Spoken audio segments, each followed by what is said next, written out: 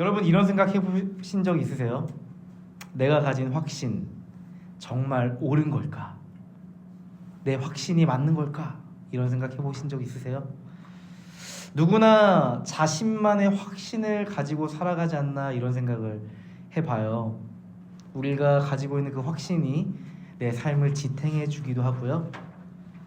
내가 목표하는 것을 밀어붙이게끔 힘을 주기도 하고요. 다른 사람보다 더 열심히 하게도 만드는 것 같아요. 그 확신이 마치 우리에게 연료가 돼서 우리로 하여금 달려가게 하는 것 같아요. 그런데 가끔 이런 생각이 들더라고요. 이게 진짜 맞는 걸까? 계속 이렇게 가도 괜찮은 걸까? 하는 물음표가 생길 때가 있잖아요. 제가 고등학교 2학년 때가 떠올랐어요. 제가 고등학교 2학년 때 리바이스 청바지의 매력에 쏙 빠진 적이 있었습니다. 이렇게 생각했어요. 평생 이 리바이스 청바지를 입으면서 이렇게 다녀야지, 그게 오히려 돈 아끼는 거야 하면서 리바이스 바지를 하나씩 사 모으기 시작했습니다. 사실 새 거로 살 돈이 없어가지고 이렇게 중고 장터에서 기다리고 있다가 제가 원하는 게 있으면 쏙쏙쏙쏙 이렇게 샀거든요. 그래도 그 당시 제가 가지고 있는 돈에서 굉장히 비쌌던 걸로 기억이 납니다. 일주일 내내 이렇게 바꿔 입고 돌려 입으려고 7벌을 샀어요. 월요일부터 일요일까지 매일매일 다른 바지를 입으려고 7벌이나 산 거예요. 그걸 옆에서 본 사람들이 저에게 이렇게 얘기했습니다. 그러지 마. 유행 지나가. 막 이렇게 얘기하는 거예요. 근데 저는 제 확신대로, 제 고집대로 이렇게 얘기했죠. 야, 리바이스는 근본이야. 유행 지나도 입을 수 있는 옷이 리바이스 청바지야. 막 이렇게 제가 이렇게 버팅겼단 말이에요. 전 이렇게 생각했어요. 유행이 지나갈 때마다 그 트렌드에 맞춰서 사는 것보다 이 리바이스 청바지를 평생 입는 게 더 절약적이고 경제적이다, 이렇게 생각을 했던 거죠. 더 합리적인 소비라고 스스로 생각했던 거죠. 그런데 나중에 보니까요, 제가 제 자신을 벼랑 끝으로 내모는 일이었습니다. 제가 2년 동안 군대를 다녀오니까요, 진짜 트렌드가 지나버린 거예요. 핏도 바뀌고, 네, 트렌드도 바뀌고, 리바이스라는 이 브랜드의 유행이 확 지나가 버린 거예요. 그 유행이 어디로 갔는지 다 사그라지고 없더라고요. 사실 리바이스 청바지에는 문제가 없었습니다. 제 잘못된 확신에 문제가 있다는 걸 깨달았어요. 시간이 지나서야 제 확신이 틀렸다는 걸 제가 깨닫게 된 거죠. 제가 상담을 하다 보면 이런 분들을 만나요. 삶의 문제가 아주 삶의 비슷한 문제들이 반복적으로 등장하는 거예요. 비슷한 문제가 반복적으로.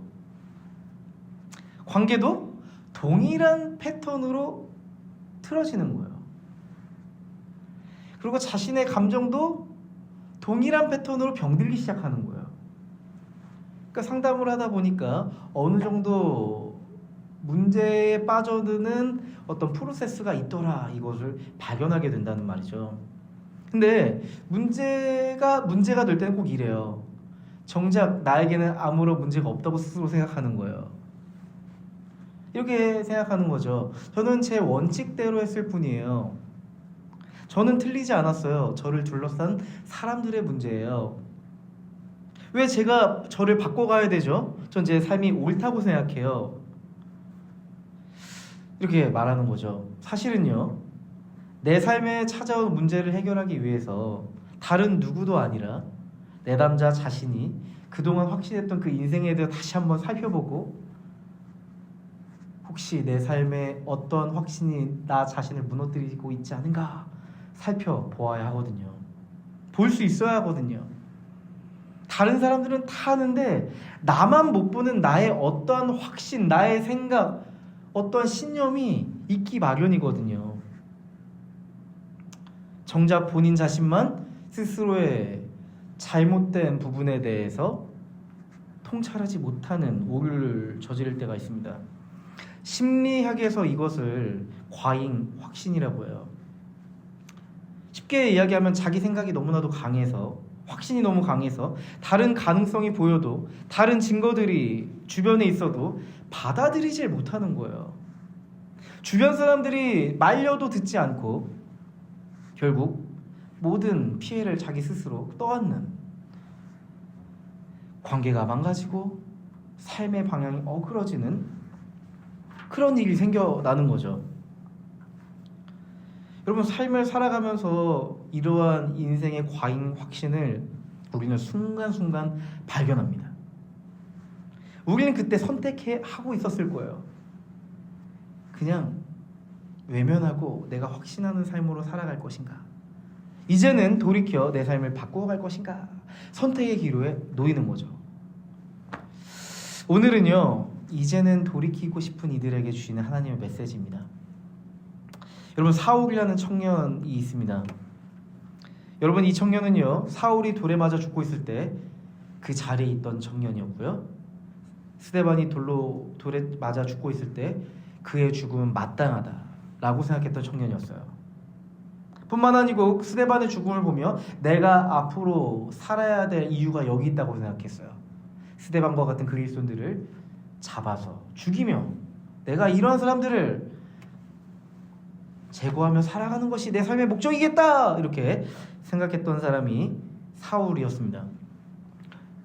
지금 사울은 예루살렘에서 280km 정도 떨어진 다마스커스라고 하는 도시로 급하게 가고 있습니다. 여러분, 280km라고 하는 거리가 어느 정도 거리인 줄 아세요? 서울에서 부산이요? 부산보다 못 갑니다.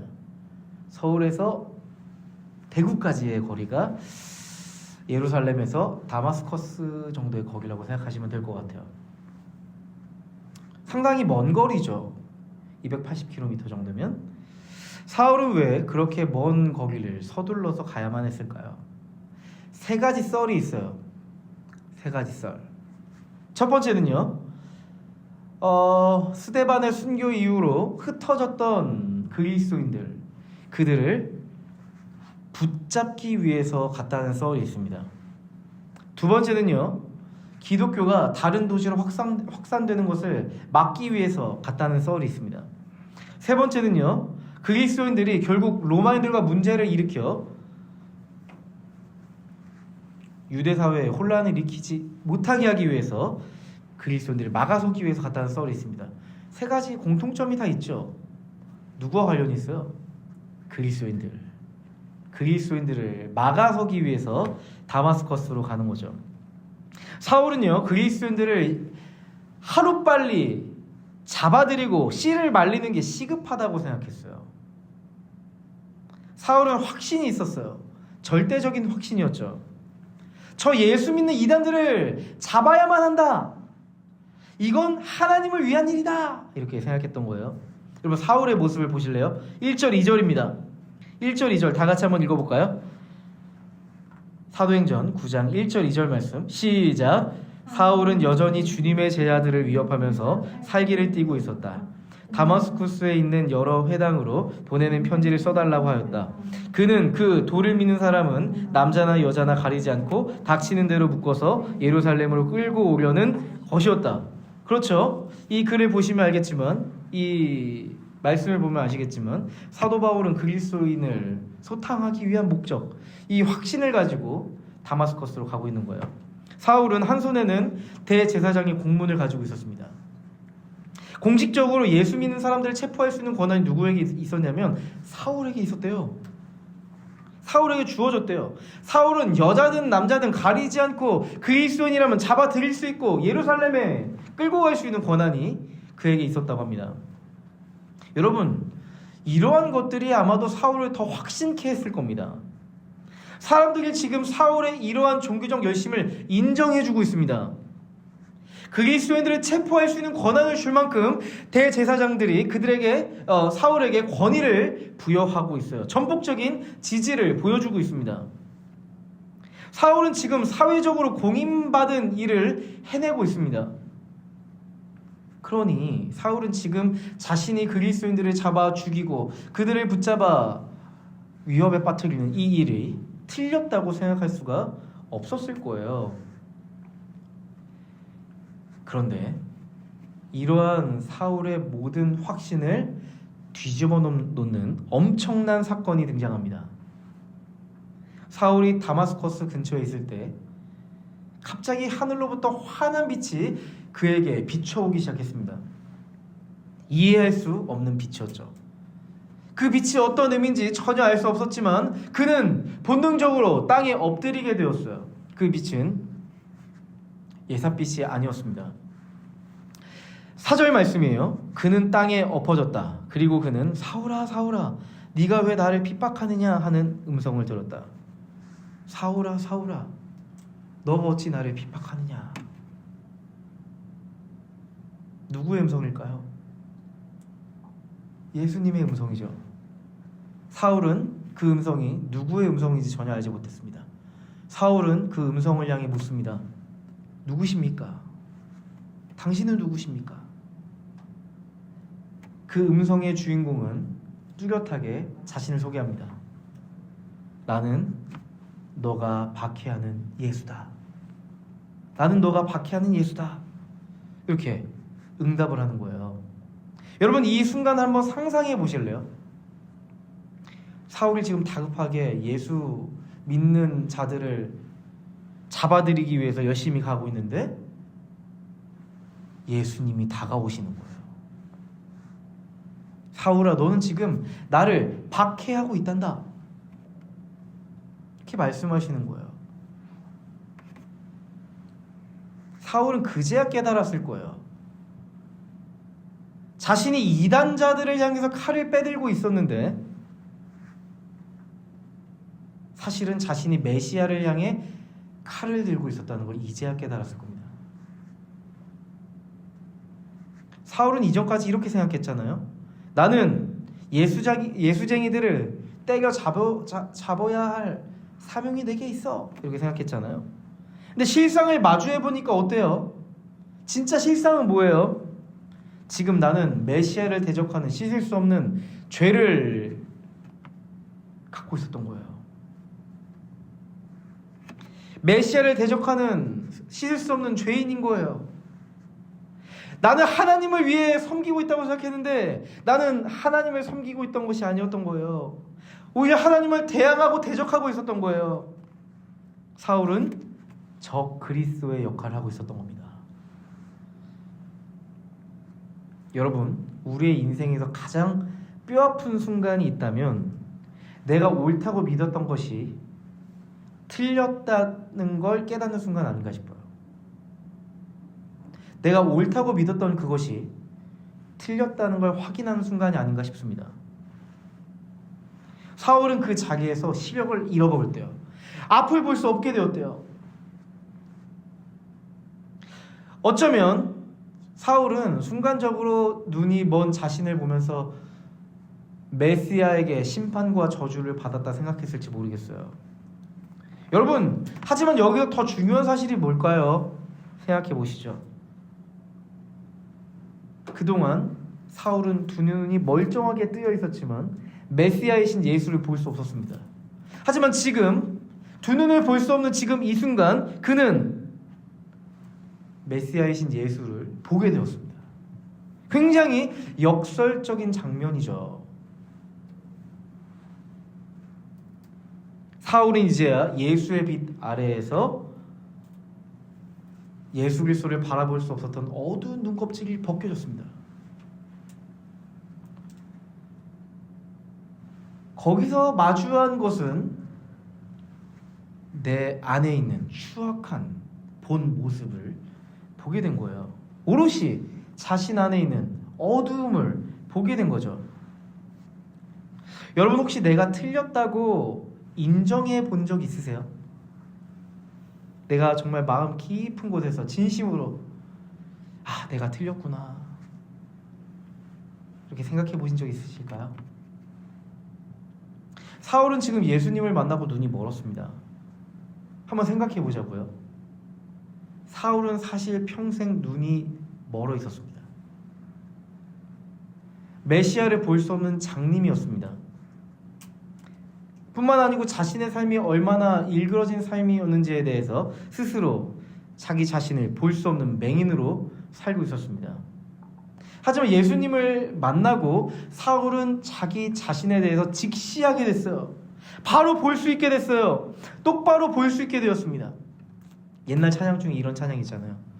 똑바로 보고 싶어요 주님, 온전한 눈짓으로, 이런 찬양 있잖아요. 그는 똑바로 보고 싶었지만 똑바로 볼 수 없었던 사람이었죠. 그동안 사울은 자기 자신의 삶이 어떠한지에 대해서 전혀 직시할 수 없었던 그런 사람이었어요. 나의 잘못된 확신이 많은 사람들을 얼마나 고통스럽게 하는지에 대해서 그는 한 번도 통찰하거나 깨달을 수 없었던 사람입니다. 지금 몸의 눈이 멀어져 버린 현실보다 더 뼈아픈 현실은 하나님 앞에서 눈먼 자처럼 살았다는 거예요. 여러분, 그것보다 더 깊은 고뇌가 있을까 싶습니다. 내가 틀렸다는 거 인정하는 거 굉장히 어려운 일입니다. 사실 정말 어렵습니다. 먹이로는 생각할 수 있죠. 사람은 누구나 틀릴 수 있어. 틀린 걸 인정하는 게 성숙한 거야 라고 우리는 생각하지만, 막상 우리가 내 인생의 현실 앞에서 내가 틀렸다는 걸 확인하는 그 순간에, 나를 직시하는 그 순간, 내가 틀렸다는 걸 인정하는 건 너무나도 어렵고 힘든 일입니다. 왜 그럴까 싶습니다. 그건요, 우리의 신념 속에 내가 살아왔던 언어가 담겨있고, 내 삶의 방식이 담겨있고, 자존심도 담겨있고, 내 존재의 모습이 그 신념 안에, 확신 안에 담겨있기 때문이에요. 여러분, 신념이 뭐예요? 단순한 생각이 아니거든요. 내 정체성 그 자체예요. 사실 내가 누구인지 말해주는 게 그 확신, 그 신념 안에 담겨있는 거죠. 우리는 깨달을 때가 있어요. 내가 지금 잘못 판단하고 있다는 거, 내가 옳다고 생각했던 것들이 팩트가 아니라는 거, 내가 주장하던 논리들이 모순된다는 거, 내 생각과 지금 내가 살아오는 삶, 행동이 모순된다는 거, 그걸 발견할 때가 있어요. 머리로는 딱 알아요.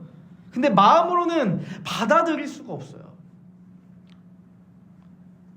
내가 이걸 수긍해버리면 내 존재 자체가 부정당하는 것 같아서 내가 도저히 그걸 받아들일 수가 없는 거예요. 그래서 우리는 때로는 잘못인 걸 알면서도, 잘못된 확신인 걸 알면서도 모른 척 외면하며 그냥 회피하며 살아갈 때가 있습니다. 자기 자신을 속이는 일이죠, 사실. 여러분, 우리는요, 신앙생활이라고 쓰고 신념생활을 할 때가 있습니다. 여러분, 신앙생활을 한마디로 표현하자면 하나님 중심적 삶이 아닌가 싶어요. 굉장히 다양한 이야기로 말할 수 있겠지만, 그냥 한마디로 표현하자면 하나님 중심적 삶을 살아가는 것이 신앙생활이라고 말씀드릴 수 있을 것 같아요. 근데 신념생활은 뭘까요? 자기 중심성으로 비롯된 삶을 살아가는 거죠. 자기 중심성으로 신념생활을 하는 거죠. 교회 안에서조차 신앙생활이 아닌 신념생활에 몰두하는 사람들이 있습니다. 저는 이런 생각을 해봤어요. 교회 안에서 가장 위태로울 수 있는 사람은 어쩌면 가장 내부에서 사역하는 사람들이 아닐까, 이런 생각을 해봤어요. 사역을 하다 보면 헷갈릴 때가 있어요. 헷갈려요. 나 스스로도 헷갈리고 함께하는 사람들도 헷갈릴 때가 있어요. 이게 하나님을 위한 사역인지 영혼을 위한 사역인지, 실제로는 하는 것들을 보면 자기 목표를 위해서 하는 것 같이 느껴질 때가 있단 말이죠. 그렇게 막 질주할 때가 있단 말이죠. 하나님을 위한 것이라고 하면서, 영혼들을 위한 것이라고 하면서 사람들이 의심해요. 진짜 그런 걸까? 생각하게 되는 거죠. 사실 하나님을 위한 것이고 영혼들을 위한 것이라면 그 안에 사랑이 있을 거고요, 희생이 있을 거고요, 배려가 있을 거고요, 기도가 있을 거고요, 하나님 앞에서의 겸손함을 가지고 할 겁니다. 만약에 이런 것들이 없다면 우리는 의심해 봐야 됩니다. 어쩌면 자기 확신에 가득 찬 목표일지 모른다. 하나님을 위한 일이라고 하면서 실제로는 나의 목표, 나의 꿈, 나의 확신을 가지고 그것을 하고 있지 않은가 우리는 의심해 봐야 될 것 같아요.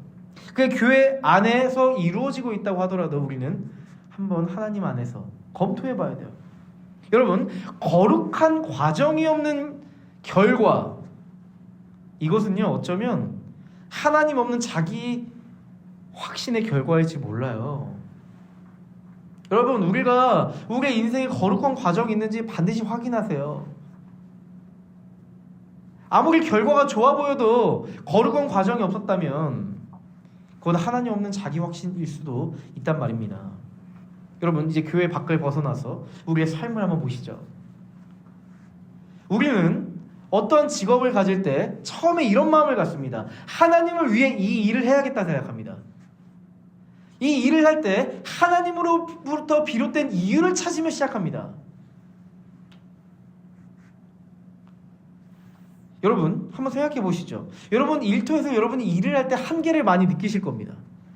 내가 일하는 것도 힘들고 관계도 힘들고 체력도 부족하고 마음의 여유도 없는데 거기서 하나님 나라를 이루기 위해서 살아간다는 거, 기본적으로 해야 될 업무도 힘들고 관계도 힘든데 거기서 보이지 않는 하나님 나라의 비밀한 일들, 복음을 전하는 일들 한다는 거 사실상 너무 쉽지 않습니다.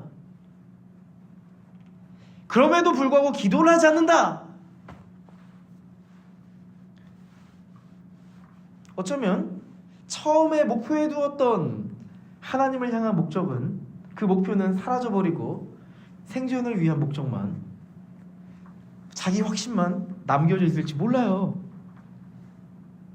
아마도 적어도 우리가 거기서 어떤 열매나 어떤 노력을 하고 있지 못하더라도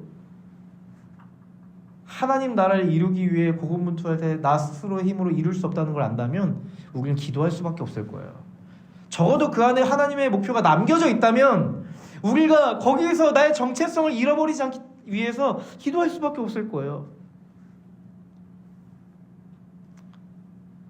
기도하면서 주님의 빛 아래서 그 일터에서의 나, 일터에서 어두웠던 나, 정체성 없이 흔들렸던 나를 보며 다시금 그리스도인으로서, 하나님의 딸로서, 아들로서의 정체성을 새겨갈 겁니다. 여러분, 기도는요 의무감으로 하는 게 아니라고 생각합니다. 여러분, 기도는요 기도하지 않아서 생기는 죄책감 때문에 하는 게 아니라고 생각합니다. 근데 많은 그리스도인들이 기도를 할 때 기쁘지 않은 이유는 두 가지라고 생각합니다. 의무감과 죄책감 때문이라고 생각해요. 여러분, 의무감과 죄책감이라는 이 두 가지 그늘을 벗어버리셔야 돼요. 이 두 가지가 있으면 우리 안에 기쁨이 없습니다.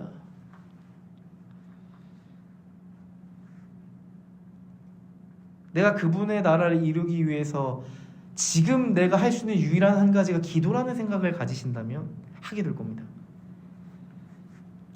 내가 진짜 주님을 위해 하는 일이라고 한다면 우리 기도하게 될 겁니다.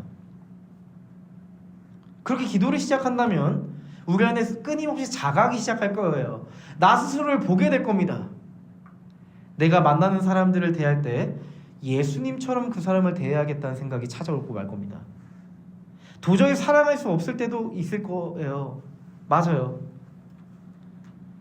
나에게 번번이 태클 거는 사람들이 있잖아요. 이상하게 나에게 태클 거는 사람이 있어요. 도저히 사랑할 수 없는 사람들이 있어요. 도저히 내가 용납하고 받아들일 수 없는 XX들이 있어요. 근데 예수님은 우리에게 이렇게 말씀하셨죠. 오른뺨을 때리면 왼뺨도 대령. 이해가 되지 않아요?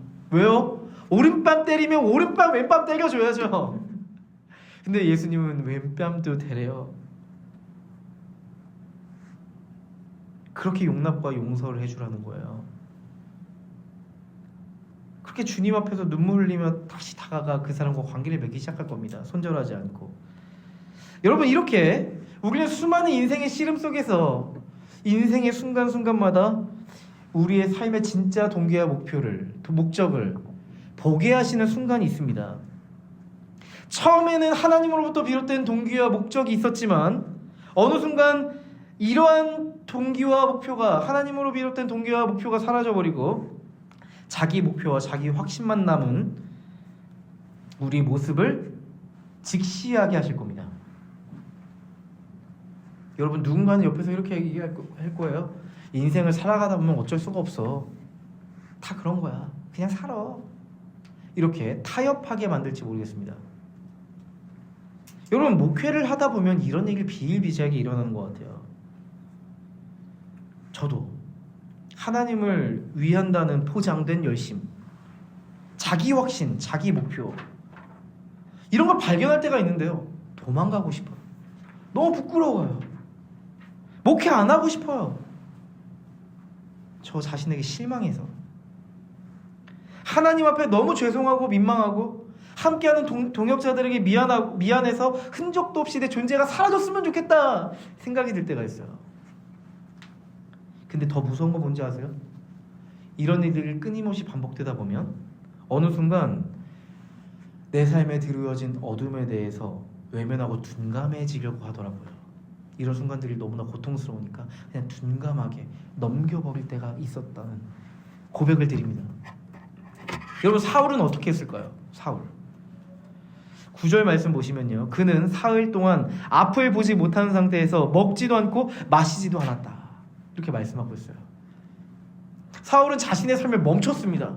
모든 게 스탑! 멈춰버렸습니다. 3일 동안 아무것도 먹을 수가 없었습니다. 의지적인 표현이 아니었습니다. 먹을 수가 없었습니다. 도저히 먹을 것이 들어가지 않았습니다. 여러분, 너무나도 혼란스럽고 힘들고 어려울 때 아무것도 먹고 싶지 않을 때가 있잖아요. 내 인생이 정리가 되지 않고 복잡하고 혼란스러울 때 어떠한 욕구도 생기지가 않을 때가 있어요. 사람도 만나고 싶지도 않고, 맛있는 것들을 놓여도 보기도 싫고, 냄새 맡기도 싫고, 그냥 홀로 가만히 앉아 삶을 정리하고 싶을 때가 있어요. 사울이 딱 그랬던 것 같아요. 사울이 지금 그는 삶을 정리해야만 했습니다.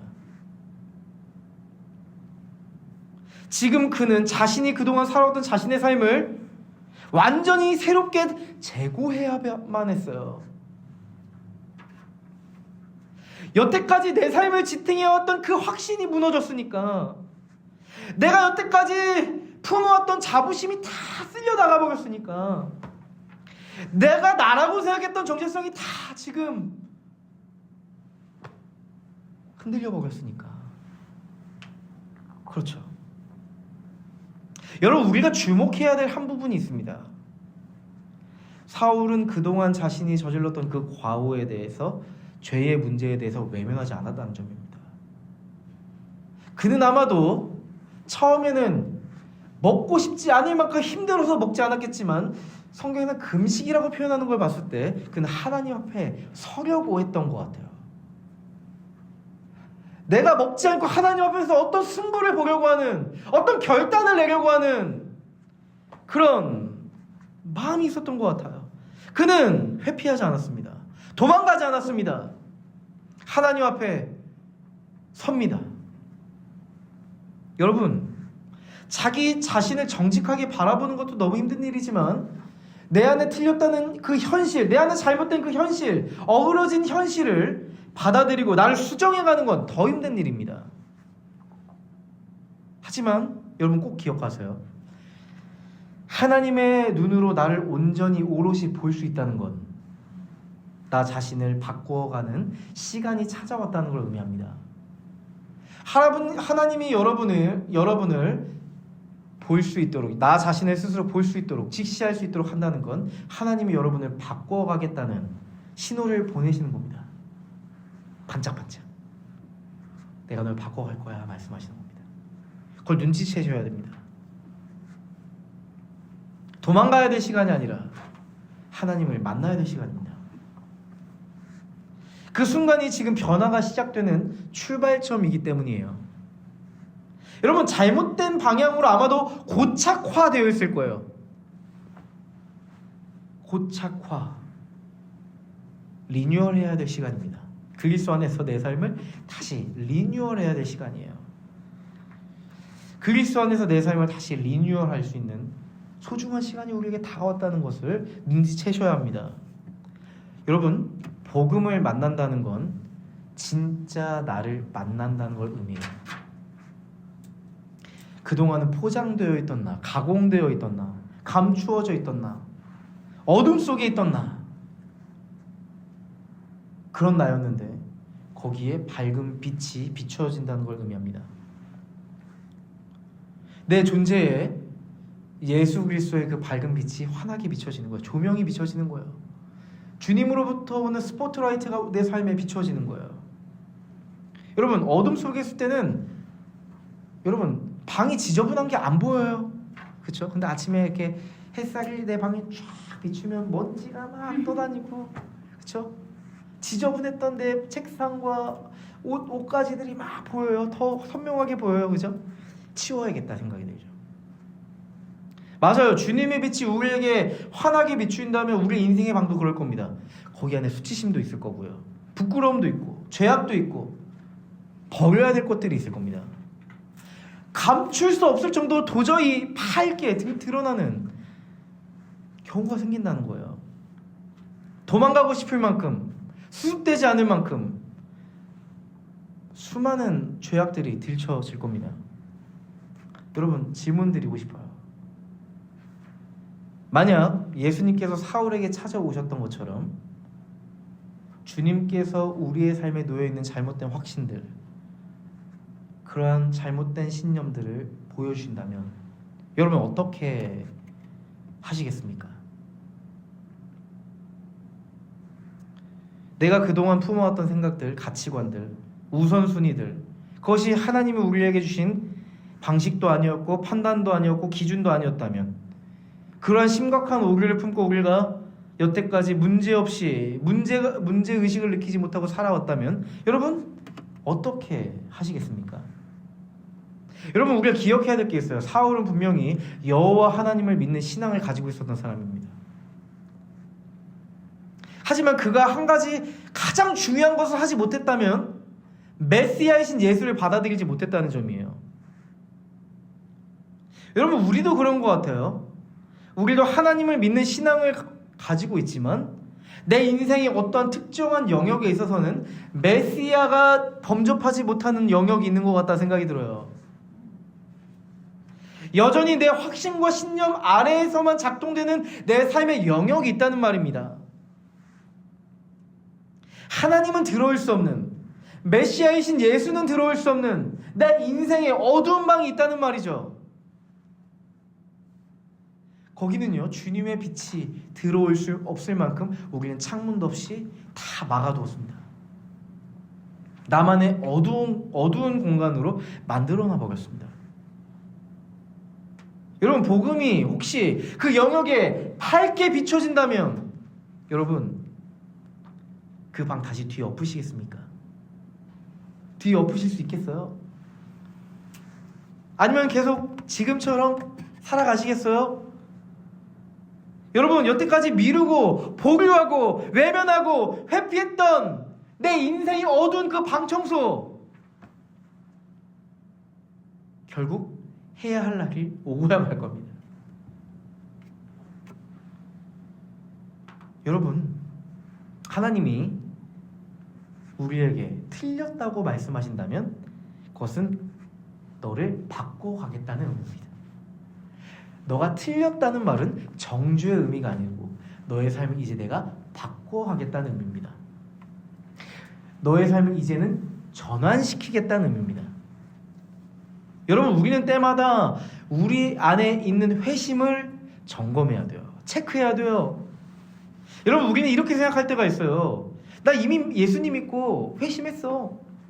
나 여태까지 교회에서 얼마나 열심히 섬겼는데 나는 큰 문제 없을 거야. 이 정도면 괜찮아. 이렇게 생각할 수 있죠.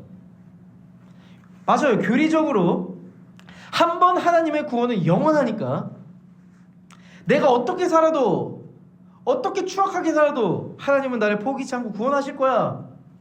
그렇게 교리적으로 확신하는 거 맞아요. 좋아요. 근데 우리가 생각해 봐야 될 문제가 있습니다. 빌립보서 2장 12절의 말씀이에요. 제가 읽어드릴게요. 그러므로 사랑하는 여러분, 여러분이 언제나 순종한 것처럼 내가 함께 있을 때뿐만 아니라 지금과 같이 내가 없을 때에도 더욱더 순종하여서 두렵고 떨리는 마음으로 자기의 구원을 이루어 가십시오. 변화된 사울이 기록한 말씀이잖아요. 사울이 뭐라고 얘기해요? 두렵고 떨리는 마음으로 자기의 구원을 이루어 가십시오 라고 이야기합니다. 두렵고 떨림으로 자기의 구원을 이루어 가십시오 라고 얘기해요. 성경을 잘 모르는 사람들은 이 말씀을 오해합니다. 자기 스스로 구원을 이루어 가라고? 예수 그리스도께서 이루신 그 은혜를 잘못 이야기한 거 아니야? 이 말씀은요, 스스로 자신의 구원을 이루라는 그런 의미가 아니에요. 예수 그리스도께서 이루신 구원을 포기하지 말고 끝까지 지켜가라는 의미예요. 이미 당신에게 이루어진 그 구원을 포기하지 말고 스스로 지켜가십시오. 내 믿음이 흔들리고 더 이상 주님을 소망할 수 없고 하나님보다 다른 것들이 더 사랑스러울 때가 있잖아요. 우리의 인생을 살아가면서 그때 둔감하지 말라는 거예요. 흔들리는 나를 보면서 두려워 떨어야 된다는 말입니다. 근데 이건 구원의 확신이 흔들리는 게 아니에요. 영적인 감각을 곤두세우라는 겁니다. 하나님을 향한 감각이 꺼 있다면 다시 켜라는 거예요. 하나님을 향한 감각을 활성화시키라는 겁니다. 구원을 더욱 확고하게 붙잡기 위해 영적인 감각을 가지고 나를 지켜가고 나를 그리스도인답게 만들어 가야 한다는 걸 의미합니다. 여러분, 이걸 좀 더 인격적으로 제가 설명드릴게요. 여러분 진짜 사랑을 해보셨다면 공감이 되실 겁니다. 여러분, 그 사람이 나를 정말 사랑해요. 그 사람 나에게 확신을 줄 만큼 사랑해요. 내가 어떠한 짓을 해도 이 남자는 나를 사랑할 것이라는 확신이 여러분에게 있어요. 근데 이상한 건 그 사람의 사랑이 아니라 내 사랑이에요. 여러분, 연애하면서 이런 감정, 이런 생각을 해보셨는지 모르겠어요. 연애를 하고 있는데 만나는 게 귀찮아요. 보고 싶지가 않아요. 시간을 내서 오늘 만났는데 이상하게 내 마음속에서 집에 가고 싶다는 생각이 들어요. 여러분, 만약에 여러분이 연애를 하는데 그런 생각이 드신다면 여러분 어떻게 하실래요? 어떻게 하시겠어요? 우리는요, 본능적으로 그 사람에 대한 내 사랑을 확인할 겁니다. 질문할 겁니다. 내 사랑이 식었나?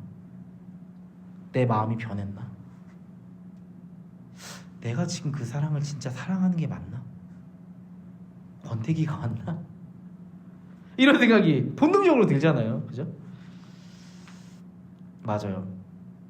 진짜 그 사람을 사랑한다면 결국 우리는 이렇게 생각할 거예요.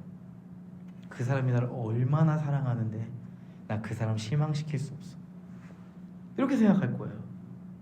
여러분, 이 문제는요, 그 사람이 나에게 확신을 주지 못해서 생기는 문제가 아니죠. 내가 그 사람을 사랑한다는 스스로의 확신을 갖기 위해서 두렵고 떨림으로 질문하고 그 사람을 사랑하기 위해 결정하는 거잖아요.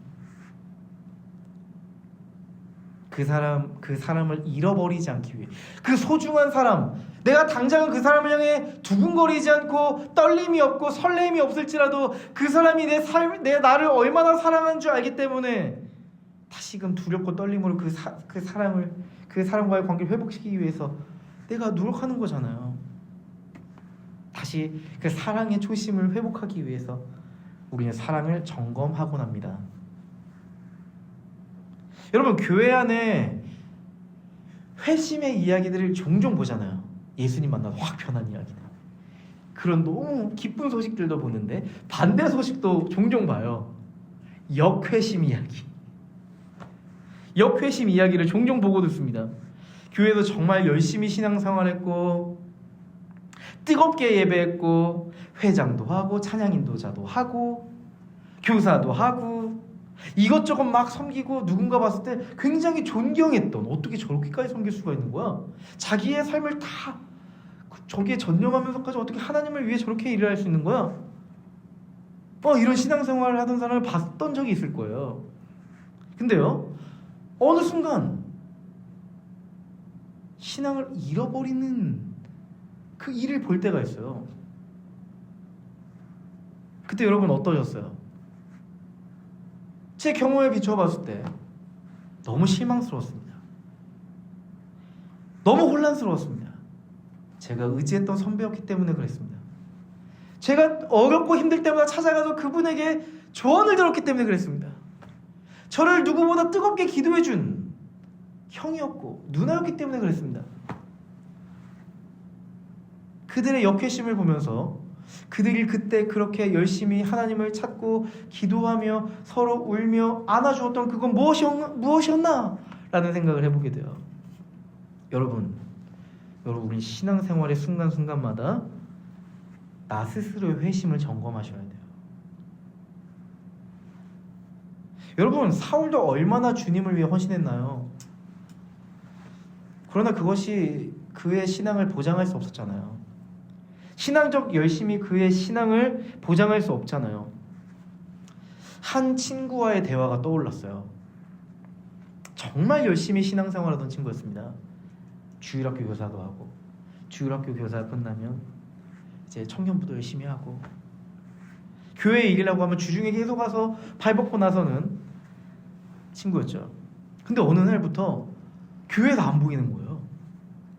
교회에서 안 보여요. 연락도 안 돼요. 연락이 안 와. 예전에는 연락하면 바로 연락이 오고 소통이 너무 잘 되는데 어느새 연락도 잘 안 돼요. 주변에서 물어보니까 연락이 오긴 오는데 너무 늦게 연락이 온다는 거예요. 너무 바쁜가 보다. 인생이 너무 힘든가 보다 했어요. 그러다가 어렵게 만나게 됐어요. 조심스럽게 이야기를 꺼냈죠. 그의 삶의 이야기를 듣기 위해서. 이런 얘기를 하는 거예요. 이제 저는 교회에서 섬김을 해야 될 이유를 찾지 못하겠어요. 왜? 의미를 이제 못 느끼겠어요. 제가 물었죠. 그동안 가슴 뛰면서 의미 있어 하면서 하나님을 위해서 또한 청년들을 위해서 너가 섬기고 있는 부서의 아이들을 위해서 열심히 섬겼잖아. 왜 그게 의미가 없니? 얼마나 의미 있는 일이니? 근데 지금 그때는 의미를 느꼈지만 지금은 의미를 느끼지 못한 이유가 있지 않을까? 질문하기 시작했어요. 그다음에 그 친구가 했던 얘기는 사실 이거였어요. 저는 이제 교회 밖에서 일어나는 일에 의미를 느껴요. 이제는 교회에서 그렇게까지 저는 하고 싶지 않아요. 그렇게 얘기하는 거예요. 저는 그때 이렇게 얘기해 줬습니다. 너는 지금 교회에서 섬겼던 그때의 일들을 의미 없다고 생각하지만 너의 섬김은 의미가 있었어. 너는 지금 의미가 없다고 여기지만 의미가 있었어. 그건 꼭 마음에 담아뒀으면 좋겠다. 위로해 줬어요. 그랬더니 솔직한 마음을 뒤늦게 터놓아 주더라고요. 자기가 여태까지 그렇게 열심히 했던 게 하나님을 위해 했다고 그렇게 생각하고 하고 있었는데 사실은 제가 사람들의 인정을 바라고 원하면서 했던 것 같다는 걸 제가 알게 됐어요. 칭찬받기 위해 신앙생활하고 있다는 걸 알게 됐어요. 근데 그게 없으니까 점점 지치더라고요. 재미없어지더라고요. 내가 왜 뭐하러 이렇게 하나 싶더라고요. 이런 고백을 하는 거예요. 진실한 고백이었죠. 여러분 우리도 얼마든지 그럴 수 있습니다. 목회자도 얼마든지 그럴 수 있습니다.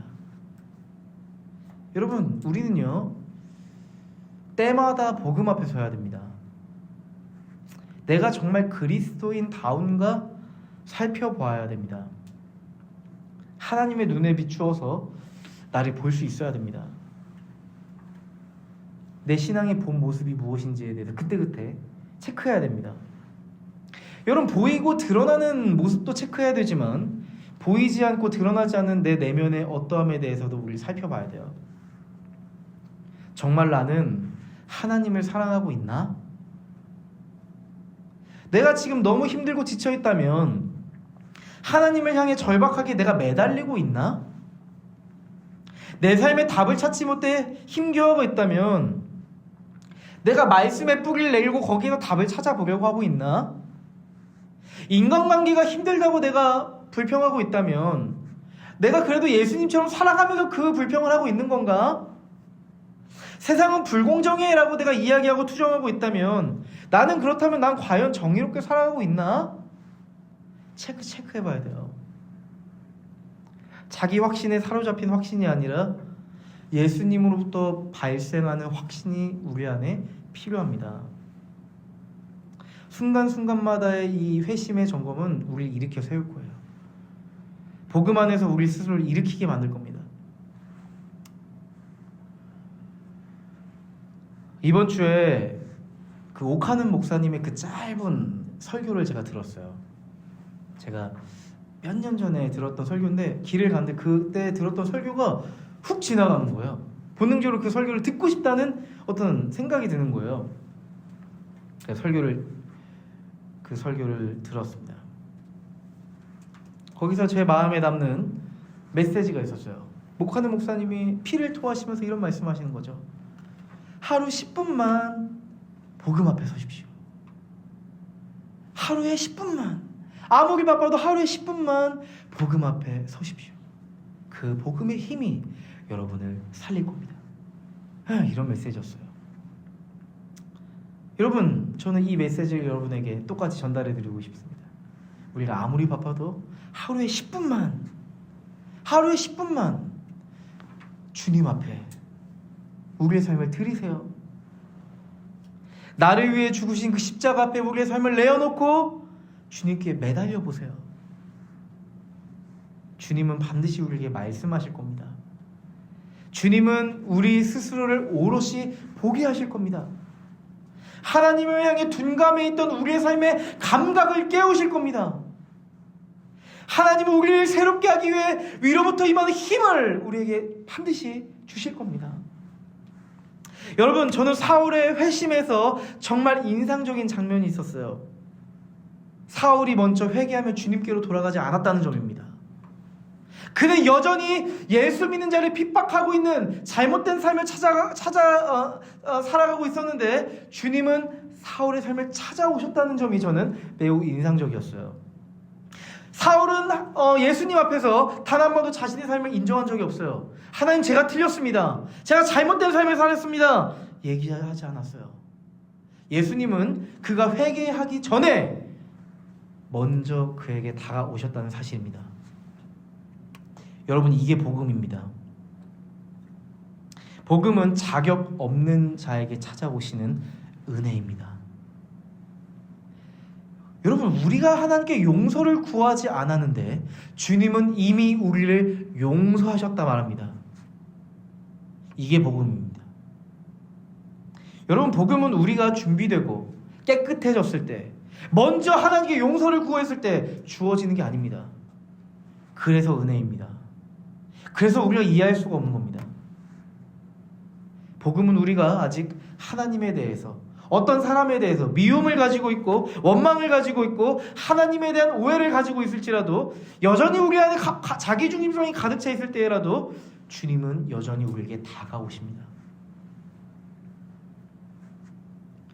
예수님은 우리가 이미 돌이키기 전에 이미 우리를 찾아오셨습니다. 왜 그럴까 싶습니다. 우리가 온전히 돌이킬 수 있는 힘이 없기에 주님은 먼저 우리를 찾아오기로 결정하셨습니다. 여러분, 우리는 인생을 살아가면서 생각보다 자주 죄책감에 시달리고 자괴감에 시달리고 수치심에 짓눌려 버릴 때가 있어요. 내가 왜 이런 짓을 했지? 내가 이렇게 살아놓고 어떻게 하나님 앞에 설 수 있지? 여러분, 이럴 때 어떠세요? 여러분 스스로 여러분의 삶을 추스릴 수 있는 힘이 있으세요? 아니요. 하나님께 나아갈 힘조차 없습니다. 기도할 힘조차 없습니다. 기도도 하기 싫습니다. 찬양하고 들을 마음이 없습니다. 예배조차 찾아오고 싶지 않을 때가 있어요.